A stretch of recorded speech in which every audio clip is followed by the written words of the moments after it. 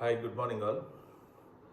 Daily ఒక 3 పేపర్స్లో ఈనాడు news పేపర్లో 3 పేపర్స్ అనాలిసిస్ చేశాను. ఏమైనా ఉంటే సజెషన్ చేయండి, ఓకేనా? రైట్. టుడే న్యూస్ పేపర్లో ఫస్ట్ మేజర్ థింగ్ ఒకటి వచ్చేసి త్వరలోనే స్థానిక ఎన్నికలు, ఉద్యోగ పరీక్షలు వాయిదా వేయించాలని బారాస కుట్రలు. స్థానిక ఎన్నికలు అంటే సర్పంచ్ కానీ, ఎంపీటీసీ కానీ, జెడ్పీటీసీ కానీ, వీటిని స్థానిక సంస్థల ఎన్నికలు అంటారు. జనరల్గా ఏంటంటే ఇవి గవర్నమెంట్ హ్యాండ్ ఓవర్లో నడుస్తాయి. అంటే రాష్ట్ర ఎన్నికల సంఘం, ఎన్నికల సంఘం 2 ఉంటాయి. ఒకటి కేంద్ర ఎన్నికల సంఘం, రాష్ట్ర ఎన్నికల సంఘం. కేంద్ర ఎన్నికల సంఘం ఏమో ఎంపీ ఎలక్షన్లు, ఎమ్మెల్యే ఎలక్షన్లు, ఎమ్మెల్సీ ఎలక్షన్లు, ఈ పట్టభద్రుల ఎలక్షన్స్ ఇవి కండక్ట్ చేస్తాయి. కానీ రాష్ట్ర ఎన్నికల సంఘం sarpanch elections, MPTC elections, ZPTC elections వీటిని కండక్ట్ చేసాయి. సో మోస్ట్లీ ఏంటంటే ఈ రాష్ట్ర ప్రభుత్వమే నోటిఫికేషన్ ఇస్తుంది, అంటే రాష్ట్ర ఎన్నికల సంఘం నోటిఫికేషన్ ఇస్తుంది. ఇది ఏంటంటే రాష్ట్ర ప్రభుత్వం మేము రెడీగా ఉన్నాం, ఎలక్షన్స్ నిర్వహించడానికి రెడీగా ఉన్నామని ఒక నివేదిక రాష్ట్ర ఎన్నికల సంఘానికి ఇస్తే వాళ్ళు దాని తరపున ఈ ఎన్నికలు అనేది కండక్ట్ చేస్తారు. సో మేజర్ ప్రాబబుల్గా స్థానిక సంస్థల ఎన్నికలు అనేది చాలా ఉపయోగం. విలేజ్లో కానీ, మండలంలో కానీ ఈ ప్రజాప్రతినిధుల ఎన్నికల వల్లనే ఊర్లు డెవలప్మెంట్ అనేది సాధ్యమవుతాయి. ప్రజెంట్గా ఆఫీసర్లు పరిపాలన నడుస్తున్నది. సో అది త్వరలోనే ముగిసి ఈ సర్పంచులు కానీ, ఈ ఎంపీటీసీలు కానీ, జెడ్పీటీసీలు కానీ వీళ్ళ పరిపాలన కొనసాగుతుంది. సో రేవంత్ రెడ్డి ఏమంటున్నారంటే మేబీ త్వరలోనే స్థానిక ఎన్నికలు నిర్వహించే ఆలోచనలో ఈ గవర్నమెంట్ ఉంటుంది. ఇంకోటి డీజీపీగా జితేందర్, ప్రజెంట్గా డీజీపీగా హరీష్ గుప్తా ఉన్నాడు. మేబీ అతను గవర్నమెంట్ కొంచెం బాగానే ఉన్నాడు, కానీ మరి మేబీ చేంజ్ చేయాలని అనుకుంటున్నాడు. డీజీపీగా జితేందర్ ప్రజెంట్గా మారిపోతున్నాడు. ఇంకోటి ఇంట్రెస్టింగ్ న్యూస్ ఒకటి,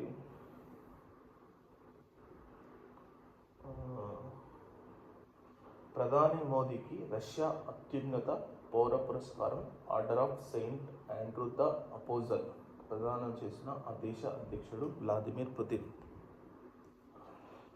మీరు జస్ట్ దీన్ని లిటిల్గా నేను బోర్డు మీద ఎక్స్ప్లెయిన్ చేశాను, రష్యాకు భారత్కు ఉన్న సంబంధాన్ని. సో ప్రెసెంట్గా order of Saint Andrew the apostle, Russia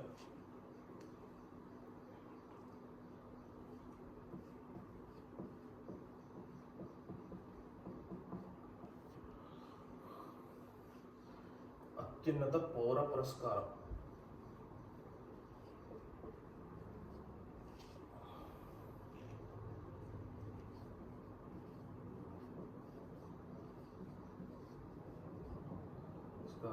భారత్కి ఇచ్చింది, అంటే నరేంద్ర మోదీ భారత్కి ఇచ్చింది. దీన్ని ఏమంటారంటే order of Saint Andrew the apostles. అంటే మనకి ఈక్వల్, మనం భారతరత్న ఎలాగైతే ఇస్తున్నాం అత్యున్నత పౌర పురస్కారం మన భారతరత్న హైయెస్ట్ సివిలైజేషన్.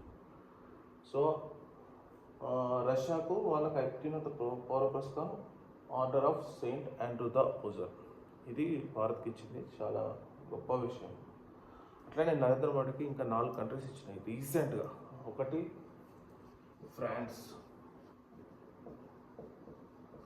ఇంకోటి భూటాన్, ఇంకోటి ఈజిప్ట్,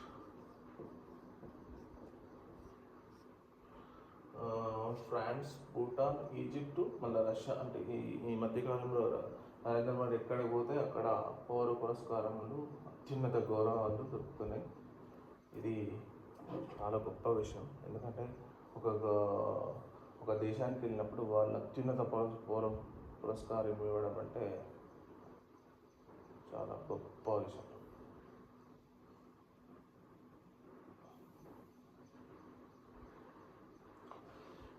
చిన్న పొరపాట్లు చేశామంట, ప్రజా సంబంధాలలో కొంత గ్యాప్ వచ్చింది, అహంకారంతో ఓడిపోయామంటే అంగీకరించడం, అది కేసీఆర్ అంటే పడని వారు దుష్ప్రచారమే. విలేకరుల ఇష్టాగస్టులో కేటీఆర్. జనరల్గా ఓడిపోయిన తర్వాత ఎవరైనా అదే మాట్లాడతారు, పెద్దగా ఇంకా ఏముండదు. సో ఈ పేపర్లో మేజర్గా ఈరోజు వచ్చిందంటే మేజర్గా భారత్ అండ్ రష్యా సంబంధాల గురించి ఒక చిన్న మామూలుగా మేజర్ వచ్చింది. సో భారత్ రష్యాది నేను ఈరోజు చెప్తాను. భారత్ అండ్ రష్యా మీకు అందరికీ తెలుసు.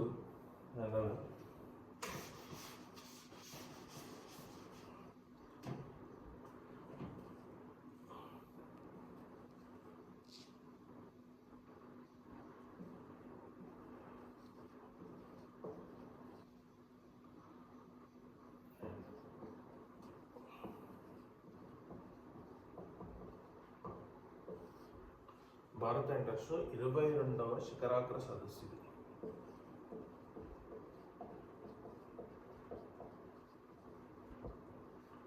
ప్రజెంట్ 22వ శిఖరాగ్ర సదస్సు నడుస్తుంది భారత్ రష్యాలో. సో ప్రధానమంత్రి మోడీ రష్యా రాజధాని అయిన మాస్కోలో పర్యటిస్తున్నాడు.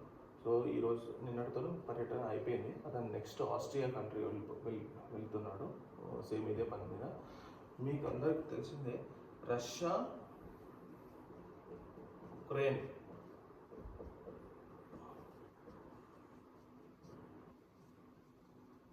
వార్, రష్యా ఉక్రెయిన్ వార్ నడుస్తుంది ఇప్పుడు ప్రజెంట్గా. Ukraine NATO supported by NATO. NATO అంటే North Atlantic treaty organization. North Atlantic treaty ఆర్గనైజేషన్ని నాటో అంటారు. నాటోలో 32 దేశాలు ఉన్నాయి ప్రజెంట్గా. ఆ 32 దేశాలు ఉక్రెయిన్కి సపోర్ట్గా ఉన్నాయి. సో ప్రజెంట్గా రష్యా ఇండియా మీట్ అవుతున్నాయి. ఇక్కడ వీళ్ళు మీట్ అవుతారు. 32 దేశాల మంది పోటాపోటీగా మీట్ అవుతున్నారు. వీళ్ళేమో యుఎస్ గవర్నమెంట్ అంటే యుఎస్లో వాషింగ్టన్లో మీట్ అవుతారు. రష్యా అండ్ భారత్ ఏమో సో వాళ్ళ కంట్రీ మాస్కోలో మీట్ అవుతారు. ఏం జరుగుతుందో చూడాలి. మరి ప్రజెంట్గా ఏంటంటే వీళ్ళంతా మీటింగ్ పెట్టుకోరు, నాటో మీటింగ్ అని అంటారు దీన్ని. సో వీళ్ళంతా డెడ్లీ సపోర్టెడ్గా ఉక్రెయిన్కు చాలా సపోర్టెడ్గా ఉన్నారు. రీసెంట్గా 5 లక్షల కోట్ల ప్యాకేజ్ ఇచ్చారు వారికి, ఉక్రెయిన్కి. కంట్రీస్ అన్నీ కలిసి 5 లక్షల కోట్ల ప్యాకేజ్ డిఫెన్స్ కోసం. అంటే ఎంత సపోర్ట్, ఒక దేశానికి 5 లక్షల కోట్ల ప్యాకేజ్ ఇవ్వడం అంటే అది నాట్ ఈజీ. సో ఎంత సపోర్ట్ చేస్తున్నారు. సో కానీ రష్యాకు కూడా ఎవరో ఒకరు సపోర్ట్గా ఉండాలంటే ప్రజెంట్గా ఇస్తుందంటే ఇండియా డిప్లొమాటిక్ చేస్తుంది. అంటే ప్రజెంట్ కంపల్సరీగా ఓపెన్గా నేను రష్యాకి సపోర్ట్ ఇస్తానని చెప్పట్లేదు, కానీ ఇండైరెక్ట్గా సపోర్ట్ చేస్తుంది. ఎట్లా సపోర్ట్ చేస్తుంది అంటే రష్యాకు మేజర్గా ఇన్కమ్ వచ్చేది ఆయిల్తో. ఈ యుద్ధం జరగకముందు రష్యా నుంచి ఆయిల్ మనం తక్కువలో కొనేటం, అంటే ఎంత జస్ట్ 10% కొనేటం. కానీ ఎప్పుడైతే యుద్ధం స్టార్ట్ అయిందో రష్యా నుంచి ఆయిల్ కొనడం చాలా కంట్రీస్ ఆపేసినాయి. ఎందుకు? ఈ యుఎస్ గవర్నమెంట్కు, ఈ యుఎస్కి భయపడి, ఆంక్షలకు భయపడి రష్యా నుంచి మీరు ఎవ్వరు ఆయిల్ కొనద్దని చాలా కంట్రీస్ భయపడ్డాయి. వాళ్ళని చేసారు, మేము తక్కువ రేటుకి ఇస్తామని చెప్పి ఇండియాకు ఆఫర్ ఇచ్చారు. సో ఇండియా బై చేసింది. చాలామంది మీరు బై చేయొద్దు ఆ రష్యా నుంచి ఆయిల్ అని చెప్పినా కానీ జయశంకర్ మన విదేశీ వ్యవహారాల మంత్రి ప్రజెంట్ కూడా అతనే ఉన్నాడు. అది దాన్ని ఖరాఖండిగా చెప్పేసాడు ఓపెన్గా. మా ఇష్టం, మేము ఎక్కడైనా కొంత మాకు తక్కువ రేటుకి ఇస్తున్నాం రష్యా, మేము కొంటున్నాం. మీరు గ్యాస్ కొనట్లేదా? రష్యా నుంచి హైయెస్ట్ గ్యాస్ సప్లయింగ్ జర్మనీ తీసుకుంటుంది, అక్కడ యూరోపియన్ కంట్రీస్ తీసుకుంటుంది. మీరు కొనగా మాకేం వచ్చిందని ఓపెన్ చెప్తుండే. సో 40% ఆఫ్ ద ఆయిల్ కొంటున్నప్పుడు 40% ఆఫ్ ఆయిల్ రష్యా నుంచి బై చేస్తుంది ఇండియా. యుద్ధం జరగకముందేమో 10% ఆయిల్, యుద్ధం జరిగిన తర్వాత 40% ఆయిల్. అంటే ఎంత ఆయిల్ కొంటుందో చూడు. సో ఇప్పుడు ప్రజెంట్గా మనం వాడుతున్నదంతా ఎక్కువగా రష్యా నుంచి ఇంపోర్ట్ అవుతున్న ఆయిల్. కాబట్టి ఏంటంటే ఇది చిన్న ప్రాబ్లం వచ్చింది రష్యాకు. ప్రాబ్లం సాల్వ్ అయితే ఇంకా ట్రేడింగ్ ఎక్కువ అయ్యే అవకాశం ఉంటుంది. రష్యా మనకు పే చేసింది రూపీలో.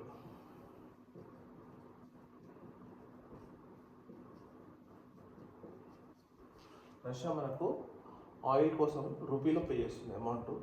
సో వాళ్ళు రూపీని యూజ్ చేసుకోవాలి, ఎందుకంటే డాలర్ని యూజ్ చేసుకున్నందుకు వాళ్ళకి అవకాశం లేదు. ఎందుకంటే షిఫ్ట్ అనే అకౌంట్ నుంచి వాళ్ళను రష్యాని డిలీట్ చేసారు. షిఫ్ట్ అంటే ఒక దేశ కరెన్సీని డాలర్తో పే చేసి ఆ డాలర్ని వాళ్ళ కరెన్సీలోకి మార్చుకోవచ్చు. అంటే ఒక ఇంటర్నేషనల్ అకౌంట్ అంటారు షిఫ్ట్ అని. సో ఆ అకౌంట్ల నుంచి రష్యాను డిలీట్ చేసారు. డిలీట్ చేయడం వల్ల వాళ్ళు డాలర్ని కానీ ట్రేడింగ్ చేయలేరు. సో ప్రాబ్లం ఏమైందంటే వీళ్ళు రూపీతోనే అమౌంట్ ఇస్తున్నాం, రూపీతో ట్రేడ్ చేస్తున్నాం. వాళ్ళకు రూపీలు కొన్ని లక్షల కోట్ల అమౌంట్ ఇప్పుడు వాళ్ళ అకౌంట్లు ఉన్నాయి. అది ఏం చేయాలి, వాళ్ళు ఇండియాకైనా ఇవ్వాలి. ఇండియాకి ఇచ్చి ఇండియా దగ్గర నుంచి ఏమైనా వాళ్ళు తీసుకోవాలి. కాకపోతే ఏంటంటే ఇండియా అనేది ఎక్స్పోర్ట్ కంట్రీ కాదు, మనం జనరల్గా ఏంటంటే ఇంపోర్ట్ కంట్రీ. ఎక్కువగా ఇంపోర్ట్ చేసుకుంటాం కానీ ఎక్స్పోర్ట్ చేయం. సో రీసెంట్గా కొన్ని ఆయుధాలు రష్యాకు అవసరమైనవి, ఎందుకంటే ఉక్రెయిన్తో యుద్ధం జరుగుతున్నప్పుడు వాళ్ళ దగ్గర ఆయుధాలు అనేది మెల్లమెల్లమెల్లమెల్ల తగ్గిపోతున్నాయి. ఇప్పుడు లేదైనా సంవత్సరం 2 సంవత్సరాల నుంచి యుద్ధం జరుగుతుంది, ఆయుధాలు ఎంత సరిపోతుంది? సో మన దగ్గర కూడా చిన్న చిన్న ఆయుధాలు ఉన్నాయి. ఆ ఆయుధాలు కావాలని చెప్పి రష్యా అడుగుతుంది, తీసుకుంటుంది. సో ఈ అమౌంట్ మనం ఆల్రెడీ పే చేసుకుంటూ తీసుకోవచ్చు. సో ఇది మేజర్గా ఈరోజు ఫస్ట్ పేపర్ యొక్క అనాలిసిస్.